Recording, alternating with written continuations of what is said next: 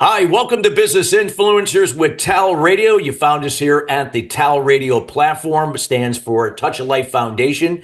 Again, we want to thank you listeners that have been with us since the beginning, almost 4 years ago. It's hard to believe it's been that long that we've been on here with TALRadio since it started. Again, we are committed to bringing in content from subject matter experts to help raise your level of influence and business to the next level each and every week, from insights, from personal experiences, from experts that have done that for themselves. And now you can do that too in your businesses. If you are new to us, thank you for joining us here at TALRadio. You could also follow us on Apple, Spotify, and also the video side on our YouTube version. So again, you can check us out in any of those platforms, wherever you like to interact with that content. So we encourage you to check us out there. And of course, here at the TALRadio platform at TOL.org. So with that being said, our show is being brought to you today by Alumni Direct. Alumni Direct is a new social media community platform dedicated to bringing alumni together from all different generational types and an opportunity to meet new people for the first time.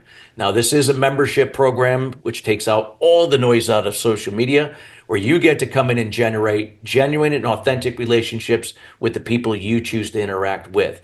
Now, this is a great platform where it allows you now to share content and really develop really authentic and genuine relationships with the people you choose to interact with, whether if they were people in a fraternity, a sorority, from your, anywhere during your college days, or meeting new people for the first time. Now, if you'd like some more information, again, check them out at alumnidirect.com.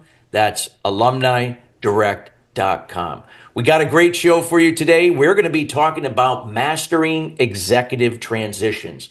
We now live in a world of so much uncertainty, but nonetheless, there's always opportunities disguised in any challenges, and we have the right person to talk about when it comes to these transitions and how you can be better prepared and really set yourself up for more opportunity and success. And we are here with Navid Nazemian. He's an executive transition coach. He helps executives and their leadership teams accelerate and successfully transition into new roles.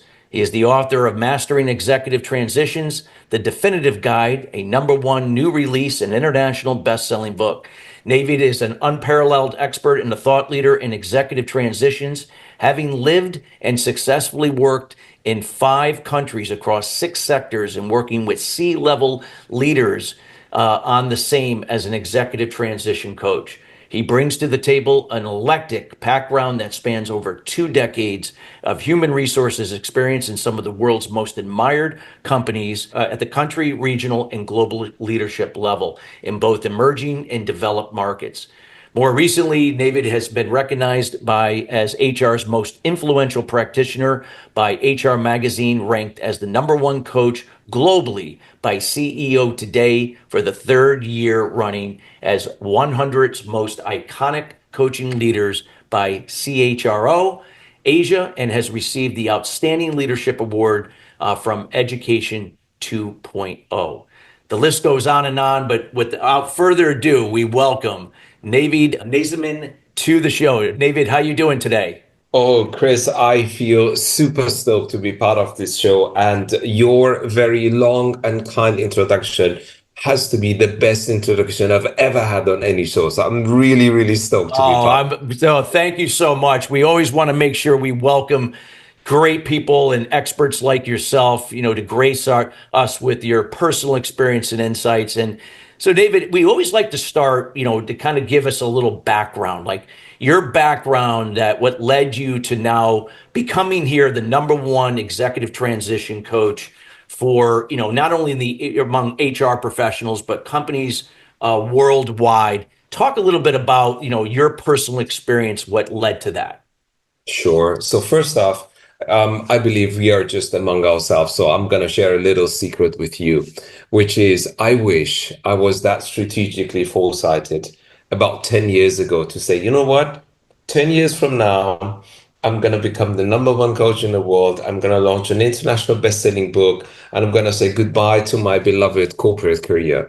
The reality is I had no idea what I was doing. All I knew was to spend a lot of time pursuing my passion. And my passion was always at the intersection of working with executive leaders, helping them succeed, and making sure that the organization and the practices that I was in charge of are kind of matching the same. And that's been kind of my journey for the last 20 years. And of course, 2.5 years or 3 years ago, what happened was the book launched, it became a sensational success, much to my surprise and my publisher's surprise, I shall say.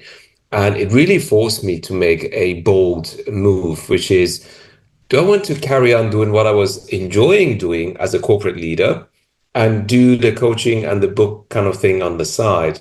Or do I want to take what I felt deeply passionate about and make it my full-time profession? And I obviously went for the latter, and the rest is history, as we say. Wow, great, great. And if you can, share, because we have a lot of people, also in the HR profession, also business owners, business leaders across different various business units that listen to this show. Talk a little bit about, what is it with the transition going on today? What are going to be some things that people could be better prepared for? Is it skill development, enhancing skills, or is it just in the talent itself? Like, what are some of the things that people that are making those transitions should be looking out for, and also HR professionals, what they're going to be looking for the next types of people they're looking to bring in? Sure. So the first thing I want to share is a shocking statistic, which was the beginning of me doing the research for my book, which is 40%. This is 4 out of 10 executives do not make it when they go through a career transition. And that was a staggering number. I mean, I could not believe it. The first time I saw it, I thought, surely this is a typo. It's maybe 4% or 14%. But no, it's 40%. And the study that I cite in my book, there are actually 5 studies who all come to a very similar conclusion, if not the same. But the most validated one is from Heidrick & Struggles, one of the largest search firms on the planet.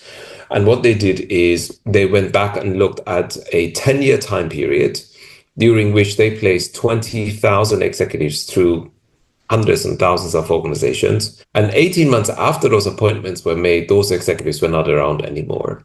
And of course, the very small percentage of those that got again promoted after 18 months is excluded from this. So 4 out of 10 don't make it. And that brings us to the question of, how can this be? I mean, what's getting in the way? And you started to allude to the skills a part of it. And of course, it's a full chapter in my book where I unpack the top 10 reasons for executive transition failure. But if I wanted to give you just the gist of it, the top 3 group reasons for executive transition failure are people, culture, and politics. So it's not like, Chris, you go and hire a CFO and he or she isn't really good with the numbers. It's almost impossible to hire a chief HR officer and he or she doesn't have an idea how to translate the business strategy through the people lens to enable the organization to succeed. It's really what we in HR refer to as the soft skills or the lack of soft skills that gets in the way. Got it. Wow. Great. I love that, what you shared there. And, laying out, like, with this process, David, I mean, if people are going to really, if people are going to, really want to take their career to another level but feel like they're stuck, I mean, where does it start? Does it start with awareness? I mean, what can companies be doing better to create that awareness in terms of if there's any downsizing, or maybe they're that position they were in is no longer required and now they got to transition to something else, whether if in the company or somewhere else? Like, do they have the resources necessary to help people prepare for that? Sure. I mean, the first thing I will share with you and the listeners and the audience is the fact that there's this other very famous book out there called The First 90 Days that's written by Michael Watkins.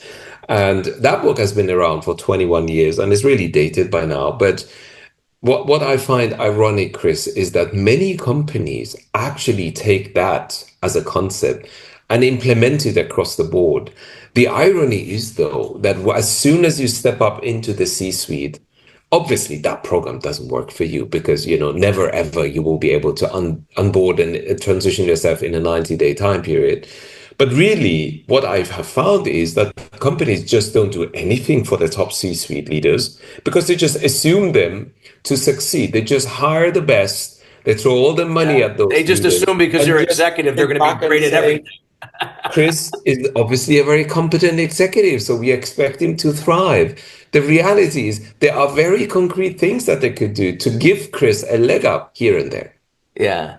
And part of that, I guess, like you said, I mean, there's those assumptions because of that level they're at that, they're going to be the jack of all trades. They're going to be good at everything. And that's not the case. Just because you're an executive or a CEO, at a certain level doesn't mean you're going to be great at everything. So when you're making those transitions, it's going to be important to really hone in on, I guess, what are their strengths and, what are their weaknesses.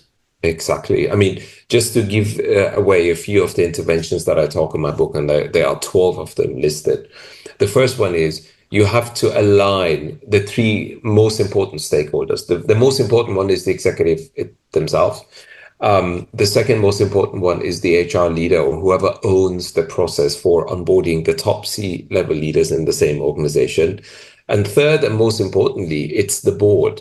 This is the governance body that sits. It's usually the board of directors, but depending on geography, they may be called differently. They may be called the supervisory board, or as we call them in the German-speaking part of the world, Aufsichtsrat or Verwaltungsrat. So no matter what the title, they must have an inherent interest in making sure that the top level leaders, especially the CEO who's getting appointed, has everything he or she needs to succeed. So that's just the beginning. So those three parties need to come together. The second thing is what I gave away already, which is The First 90 Days is a wonderful book, and I enjoyed reading it 21 years ago. But really, if you think of the world of leadership 21 years ago and the world of leadership today, I think there are very few principles that actually apply from 21 years ago. And what most people don't appreciate or realize is the subtitle of the same wonderful book, which says, Critical Onboarding Strategies for Leaders at All Levels. So what's written for leaders at all levels, certainly in my book, does not apply to the top level leadership. So that brings us to what framework are you using to support your executive leaders in transition?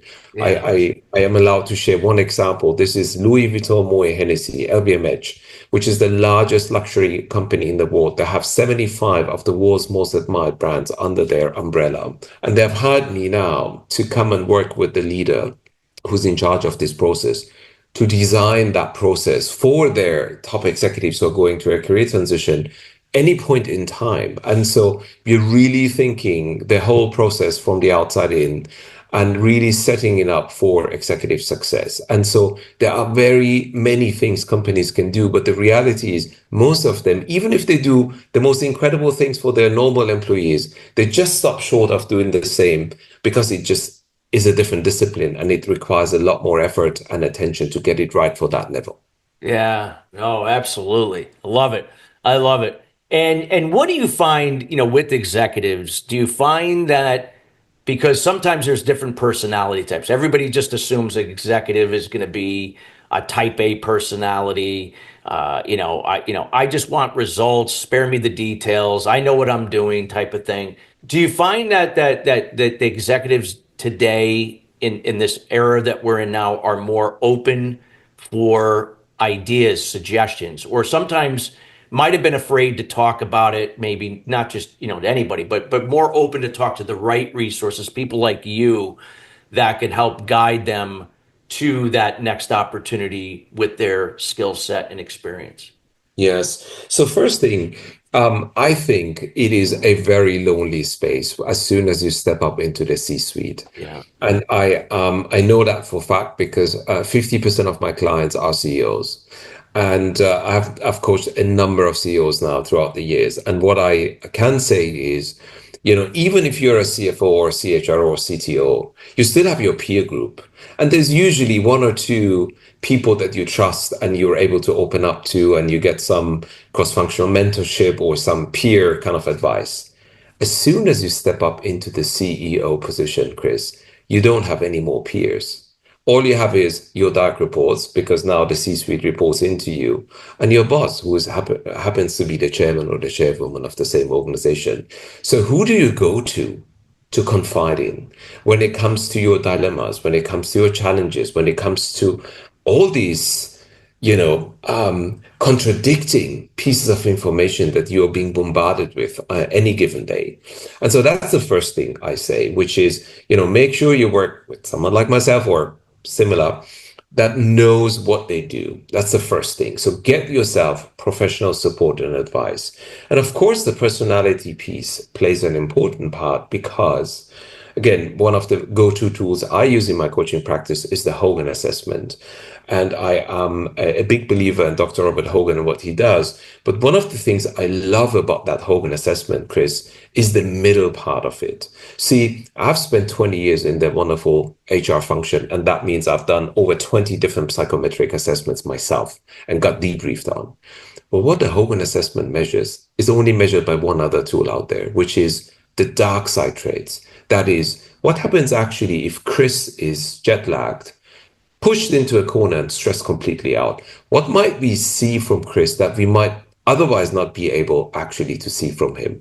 And so it's because transitions are super stressful times, because they bring out the best and sometimes the worst in a leader at the same time. It's also the degree of awareness that the leader ideally has around, oh my goodness, I know this about my dark side traits. And if I am finding myself in that situation, not only do I know what my typical hunch is, what my usual response is, and am I able to catch myself in the moment and respond maybe a bit more skillfully?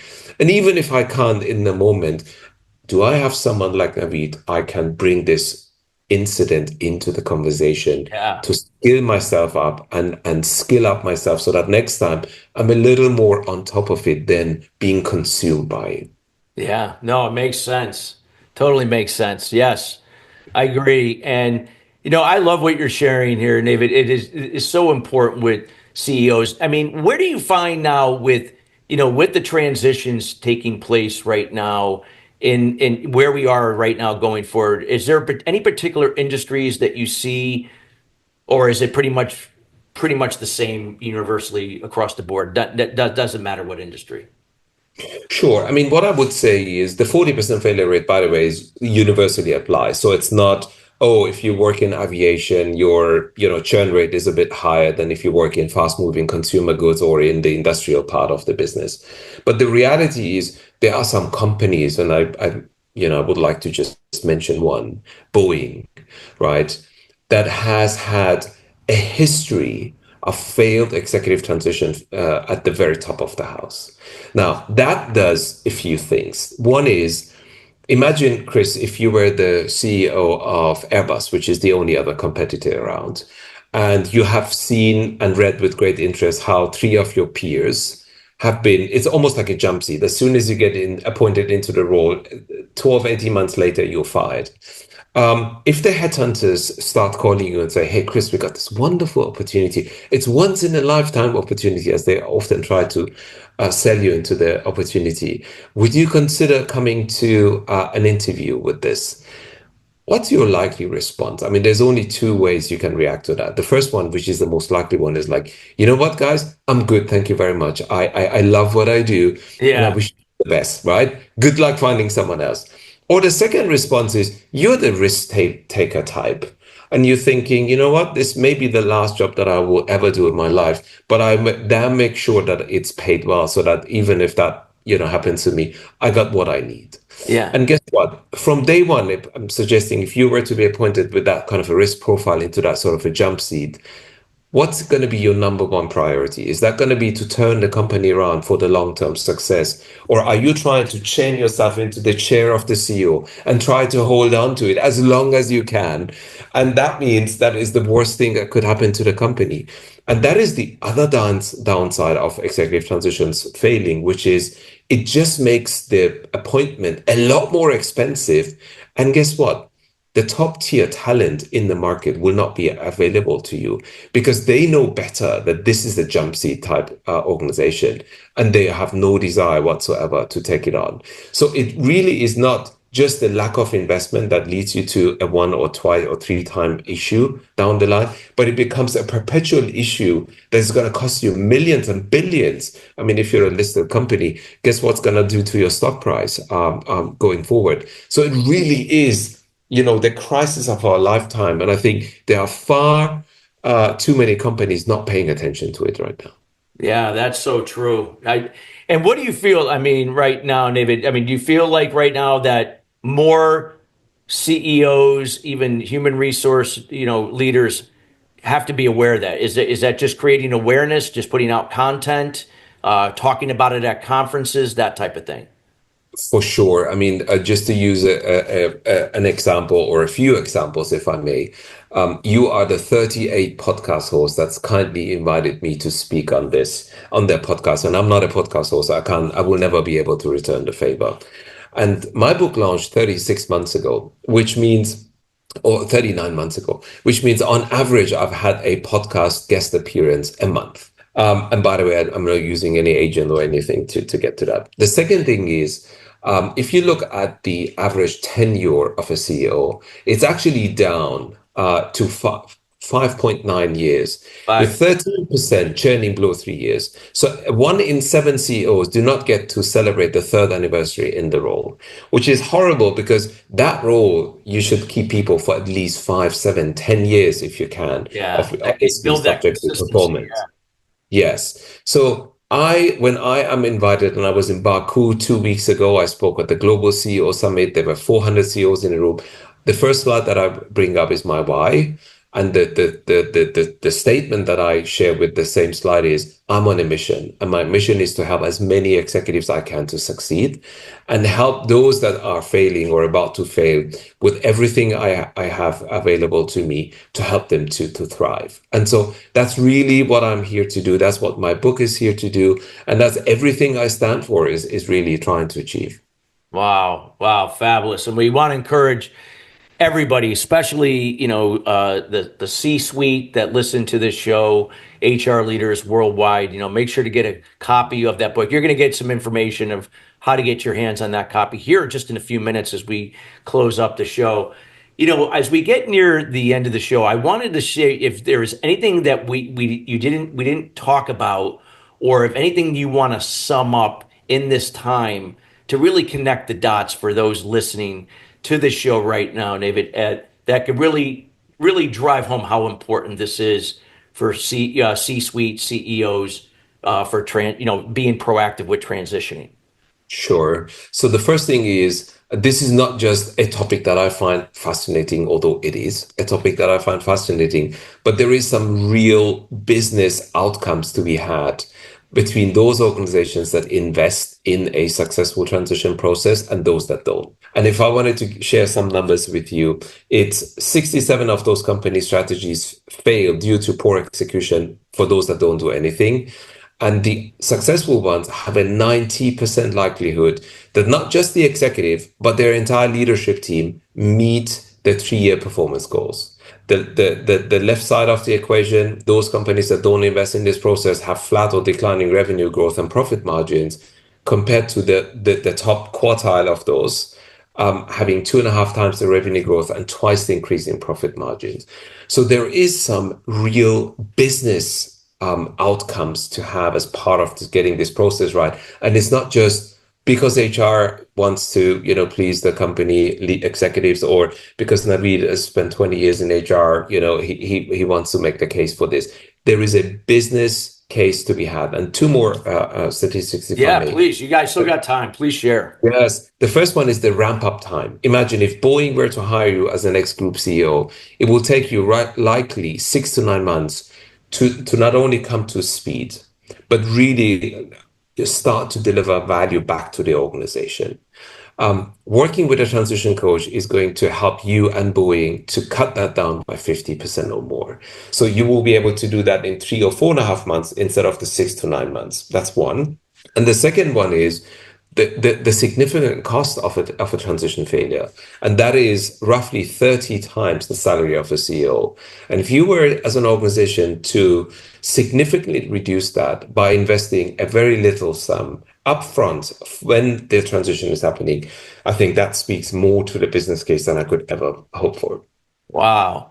Powerful stuff. And I want to thank you personally. I wish we had another half an hour to discuss this because it's so important. And I want to make sure that all the listeners, because we here at Touch of Life Foundation, we have a lot of CEOs, people that run tech companies that are on the board. I'm on the board with the Touch of Life. So I know this show is going to reach a lot of CEOs and C-suite out there, and that could definitely utilize your experience, your coaching expertise, and helping them with these transitions, and also working with the HR leaders where applicable as needed, and so on. What is the best way those people can reach out to you? What are you up to, and anything else that you'd like to share or provide them? Sure. So first off, allow me to share two different gifts with your audience. The first one is a free sample of my book where they will get to read the first chapter and a bit more information about the topic. So that's the first gift I would like to share with your audience. And the second one is another toolkit that I created many years back because I struggled, Chris, when I was making those, bear in mind, I was the buyer of coaching services all the time because I was the senior HRD in the company. And when it came to deciding which coach is the right person for Chris or Sally, all I could do was just to rely on peer reference to say, hey, I got a great guy named Chris Salem, and he would like to work with an executive coach. Do you have any coach you can recommend to me? Which is only one way of getting that done. But my gift to your audience is a toolkit where they can make sure that the coach that they bring in is right for them. So those are the two gifts. And then in terms of connecting with the audience, I am on LinkedIn. This is my main social media platform. I don't have a presence on TikTok, YouTube, many of the other platforms where I know you are having a huge following. And LinkedIn is all done by me. I do not use a virtual assistant. I am the person behind that. And I run a newsletter, which is a once a week newsletter that's currently subscribed by over 9,000 executives. So those are my kind of offers, and I would love to connect with anyone that would like to do that and offer just two gifts to you and to your audience. Well, fabulous. And we thank you. We're going to make sure all those are in the show notes as well. And I want to personally thank you, Navid, for being here, taking time out of your schedule to be with us. And thank you not only personally for myself, but also from the team here at the Touch of Life Foundation, part of TALRadio. Thank you so much. My pleasure. Thank you. And thank you, listeners, for joining us each and every week. Again, we highly encourage you to reach out to Navid here to take advantage of this connection. He can definitely help out in so many different areas here. So again, if you are C-suite, CEO, or HR professional, reach out to him on LinkedIn, get a copy of the book. You definitely are going to thank yourself for doing that. And again, if for any reason, if you'll have the contact information here, you could also reach to us and we'll make sure to connect you with Navid as well. And we listeners, again, we are committed each and every week for bringing in subject matter experts like Navid to help elevate your level of influence and take your business to the next level. Till then, we'll see everybody next week at the same time, and take care.